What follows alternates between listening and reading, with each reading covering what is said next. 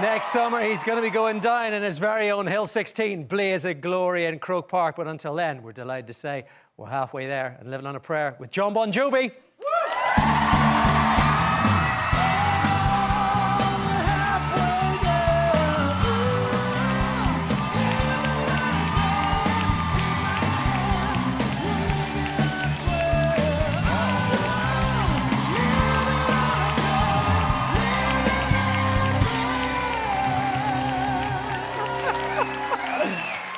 Welcome to the show. Thank you, Patrick. Look at all those nice people. Thank you, brother. By the way, you have never seen our house band so excited in their life. There they are. How did they do? Awesome. Those high notes they're not easy, are they? Look, we're delighted to have you here. Thank you. Yeah, I'm happy to be here. You have been coming here for long and many's a day. You're back in Croke Park next year. Are you as excited as this lot are? I am. It's been too long. Looking forward to be back on the road, and the first place in the world that I come to announce it is here in Dublin. So it makes my heart feel good, you know, just to see old friends again. The last time you were here was 2019. You called over to say hello to a rock legend here in Dublin. We got a little pic of you here. Yeah. This is you with Phil Lynott.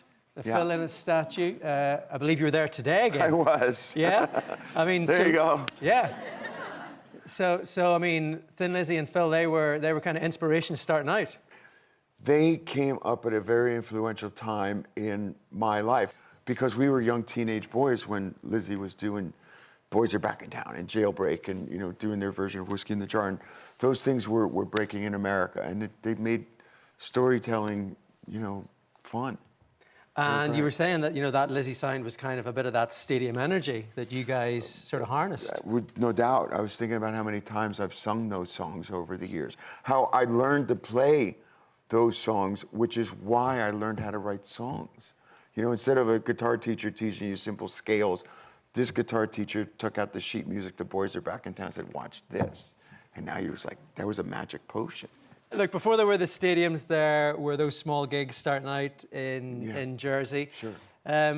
What was it like coming from New Jersey, in a band, playing in New Jersey, and this guy walking in? Bruce Springsteen just turning up. I'm still in high school in that photograph. This is 1979. First time that we, you know, look at the drummer. He's looking at him like it's, you know, in the back there. Yeah. He's just, everyone's in awe because, you know, he was Bruce, and he was 4 albums into his career at that point. So everybody always looked up to him, and his music is what made the Jersey rock scene happen. And I mean, of course, he played Ireland last year. You're going to be playing next year. You guys still take those little car journeys together. Tell us about that. You know, it started some years ago when we would get together. It'd be at his house, my house. There's always the distraction. Who's coming in? What are you doing? Who's, you know? And we just started taking these drives. No car, radio, no phone, no body. And, you know, you can go for 100 miles and, you know, just catch up. But the cute stories that have now circulated that you see in the, you know, people have posted, is we stop for an ice cream cone or a beer somewhere, and there's people, and you're sitting there, you know, eating an ice cream cone, and they sort of, you know, get a kick out of the two of us being around Jersey. The double take at the lights. It's like, whoa, there's Jon Bon. Yeah, it's cute. It's cute. I was looking back on your career. I mean, there was no plan B, was there? No. You, from a really early age, were going to be a rock star. And you were. I mean, even just the smile as we're saying that. I loved music. I loved the feeling that it gave me. Also, I had the benefit of being that young. When you're that young, you can chase a dream and not have the responsibility of worrying about, am I even going to go to a college, you know, after high school? So because I had cut my teeth at that early age and had written Runaway by the time I was 21, I had a record deal. So I didn't have to fall back, you know, although I absolutely had no plan B. I was also fortunate enough to get a record deal at that age. It's the same record deal today. Wow. I mean, you know, you're talking there about the power station. I mean, that's, you know, where you recorded Runaway in the power station. You got a job in that recording studio. There you are. Yeah. You got a job in that recording studio as Tea and Coffee Boy, is that right? That's right. which basically gave you a ringside seat to some of the all-time greats. It's true. I had seen the Rolling Stones or David Bowie. I saw through the window Freddie Mercury and Bowie singing Under Pressure. I mean, crazy stuff. They let you go into the studio and you recorded Runaway, and that was kind of the start. Yeah, that was the beginning of it. And I went to see a DJ. I thought to myself, it was really a lightning bolt moment where I thought, who is the loneliest but most passionate person in the music business? And I thought, a DJ. He sits in a dark room by himself, spinning a record, telling you a story, convincing you to love the music as much as he did. I went and I knocked on this brand new radio station's window with the cassette. Played it for him after his shift, and he said, it's a hit song. I said, I know, I think it is too. Fortunately, he put it on the radio in New York, and that's what got me a record deal. I mean, this is a bit of a pinch me moment for me, because you're talking about cassettes. Whenever I was growing up in Dundrum, County Down, little village, when I was 15, I remember taking my cassette player and actually recording your songs on the radio to play to my Gaelic football team. You have no... this is true. Thank right? you. It's... I mean, you have no idea how many times we played You Give Love a Bad Name and thought we were going to win and still got beaten. It was so good. Yeah, thank you. I mean, were you ready for that level of fame and attention? Because that Slippery When Wet album was just... Who knew? Huge. Yeah, nothing can prepare you for that. And the magic trick was trying to hold on, to that rocket ship. It's 1 in a million that you ever get a record like that. It's 1 in a billion to come back and have New Jersey that followed. In fact, the New Jersey tour started here in Dublin. The very first night was at the Point in 1988. A year after the tour ended for Slippery, we had written New Jersey, came back, and we're back on the road, which was too much, to be honest. It was too much. But coming out here on Halloween night, 1988, just all came back to me, was the first show of the New Jersey tour. And that album had 5 more top 10 singles on it. So we were in a groove. I mean, the sound was amazing. The look was also very strong, Jon, I have to say. I mean, how much... Let's talk about the hair game, because the hair game at that time was extraordinary. I mean, so there was you guys, there was Def Leppard, there was Guns N' Roses, there was Motley Crue. Who had the best hair game? Not us. No? Not us. Yeah. You could see that I'm hiding behind a headband and sunglasses, and I'm starting to get very tired of this whole thing.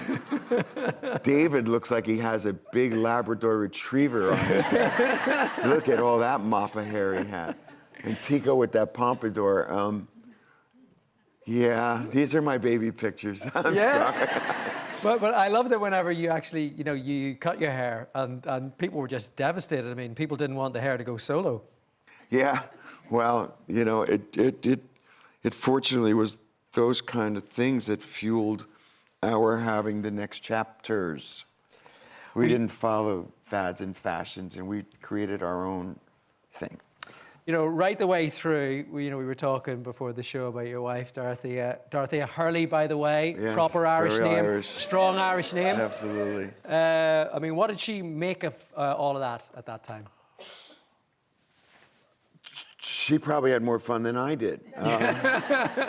In truth, because we had gone to school together. You guys met in history class? In history class, and when we were 18 years old. She'd been on this whole roller coaster ride, the ups, the downs, and the skyrocket. So there were no surprises with her. And that was good for both of us, because you had somebody that you could rely on, and also somebody to take the ride with, and that you could trust throughout the whole course of the journey. And it's been a hell of a ride. Yeah, no complaints.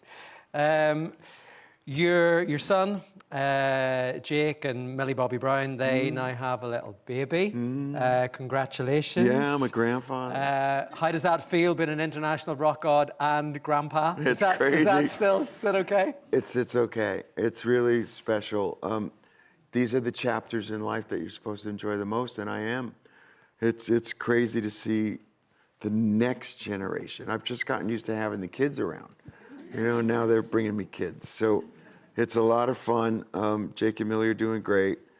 what my other son Jesse and his wife are expecting any minute now. So we'll have 2 of them for the holidays. Okay, so there's going to be a bit of a choice then for lullaby duty with Grandpa. Right. Yeah. More importantly, I get the chance to spoil him rotten. There you go. Yeah, be good. We talked about The Voice and being back on a big, big tour. And I know it was important for you for that voice to be absolutely right before you came back out again. And what sort of a journey was that? Hard. It tests you. I didn't lose faith, but I really didn't think it would take this long. Maybe prior to the surgery, if you had said it's going to be 3.5 years, call me then, I might have thought about not doing it. But I trusted in the doctor, and I followed the protocols, and I feel good now.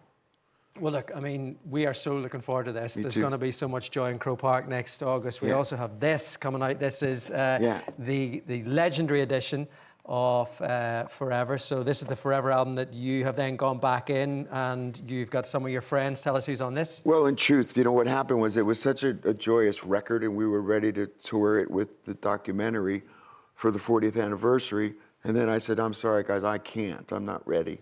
So using the Beatles song as our motto, I said, with a little help from my friends, if I called Bruce and Joe Elliott and a bunch of friends and said, would you do a feature version of this record?